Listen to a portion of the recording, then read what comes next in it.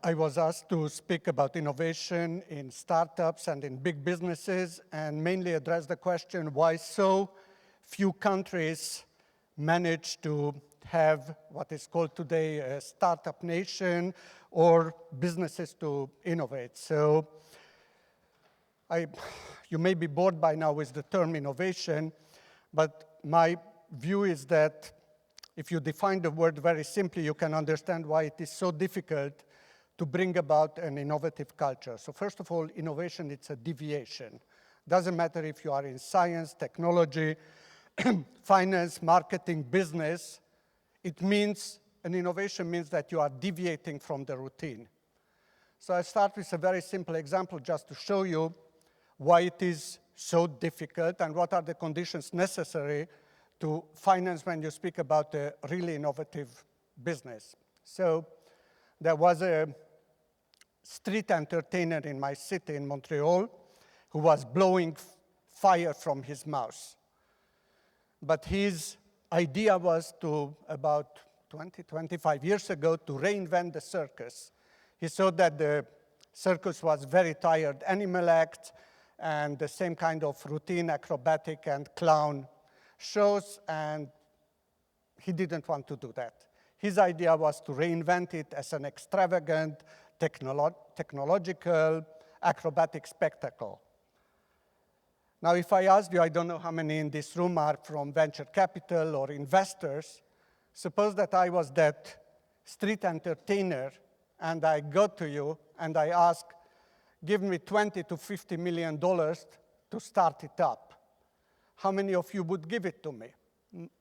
My guess is that probably, I don't know, I cannot say if anybody can raise their hands, but my guess would be nobody.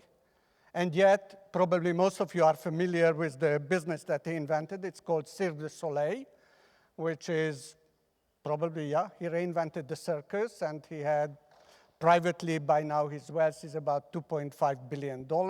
His company is private, so it's hard to give a value.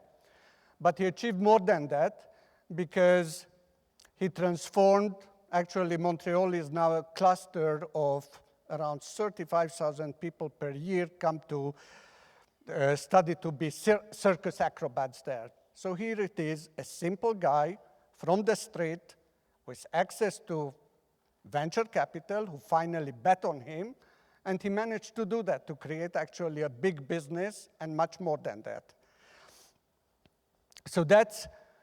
So here you can see that you can talk about innovation and out-of-the-box thinking till kingdom comes, but if you don't have a deepening financial sector, then the startups will not come to life, or they will not come to life in your country. So let's see what it needs, because there are similarities and big differences between startup and how you finance innovation within a company. The difficulty is that every innovation is a trial and error. You don't know if the guy will succeed. You don't know how long it takes. You don't know how this guy holds up under stress.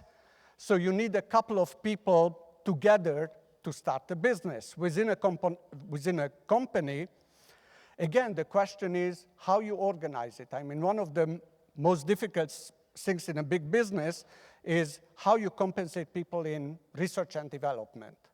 After all, they can work on many, many things. Nothing comes out of it. Take a pharmaceutical. They can work 10 years on working on a drug. Maybe it never passes the FDA regulatory requirements.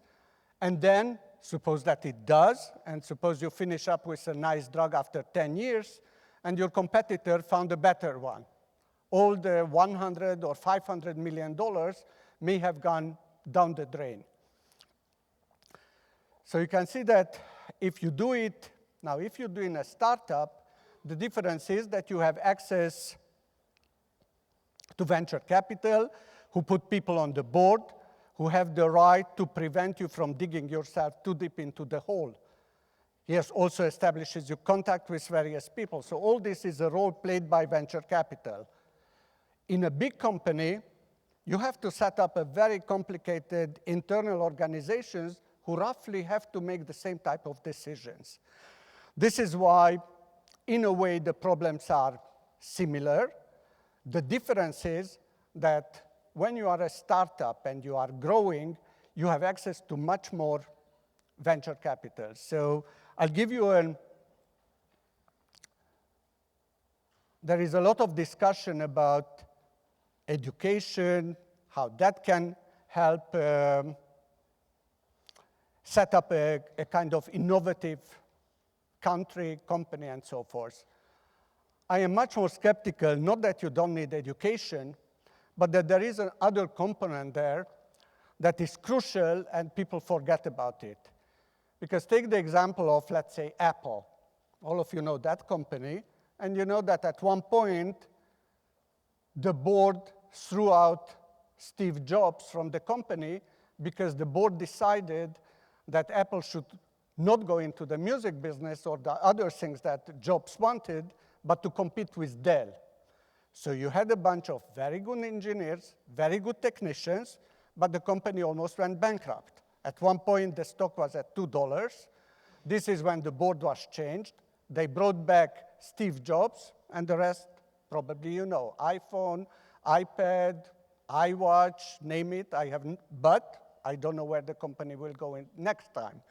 So here is an example of what I would like to, it's good to call the vital few. You need them. You can have, just like in sports, you may have a very decent soccer team, but if you don't have a star, like I understand you do, then that team will perform maybe in an average way, or even not even average way. So you need those to attract those vital few people for the place to be successful. This morning in the first big session, your minister, Mr. Morawiecki, mentioned Israel as an example. And often Israel is mentioned, and since I worked there, I lived there for 15 years, I can give you a little bit of details because people make very easy comparisons that somehow it is very easy to replicate what happened there and the way that country became what is now called the startup nation, and it attracts more venture capital per capita and so forth. Well, the way it happened is actually Israel was a pretty socialist country, and until 1990, there was only one venture capital firm set up in 1985. There was no venture capital really in Israel, and the country was pretty socialist, with an unusual structure of all the larger companies and banks belong to the biggest labor union. And then a couple of things happened. The country performed pretty badly. And then when Russia fell, within 3 years, 1 million immigrants came to Israel, when at the time the population was about 4.5 million. And from those 1 million, 600,000 were scientists, engineers, and technicians. So imagine if today, I understand Poland's population is about 38 million. Suppose you suddenly got an influx of 5 million scientists, engineers, and technicians. I can bet that also Poland could become then very easily a startup nation.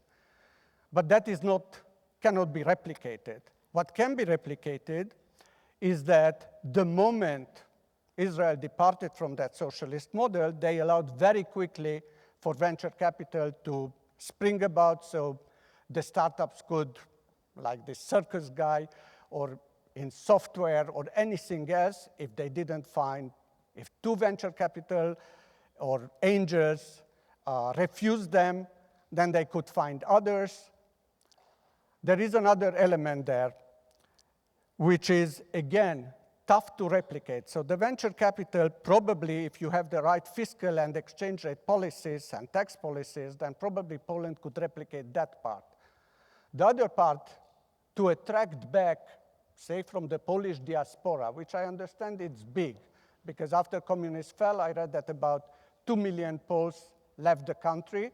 At one point in Ireland, the saying was that if you are Polish and ambitious, come to Ireland. So I don't know if that is still true, but maybe you are able to attract back some of your diaspora from these lands.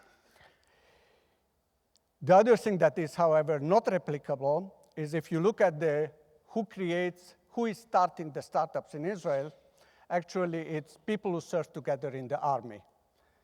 Because if you serve 3 or 5 or sometimes 10 years, you find out who is the nerd, who is the techie, who can manage under stress, who has the organizational skills. And the startups are started by these people who serve together in those units.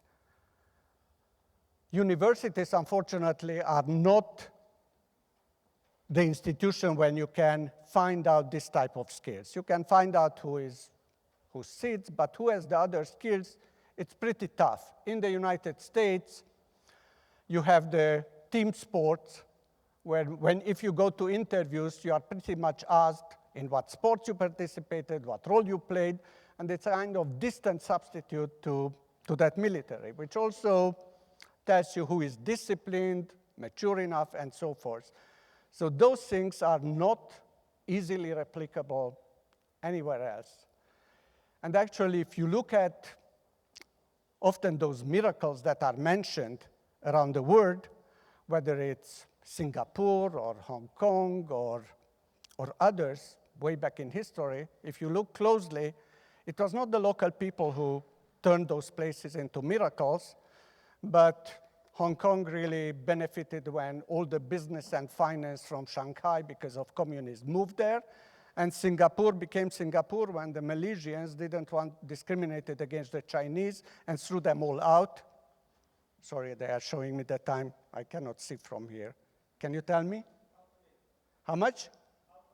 Oh, half a minute. Okay, done. Okay, so if you want to know, sorry, I don't have time. I shall just finish with one sentence, which we don't have time to address here, but if you want to attract here capital, which is a necessity because you don't have enough angels, you don't have enough venture capital, and you want to attract people, skilled people back, you need a kind of permanence of capital. And everybody speaks about globalization. Globalization means that you are selling and buying across different currencies. So the value of the contracts must be assured. If you don't have that, then a country with thin capital markets will not it's impossible to grow smaller companies there because you cannot do the proper hedging, and one fluctuation in an exchange rate can wipe out all your profits. So thank you very much. Sorry I don't have more time. Hope it satisfied you. Good luck.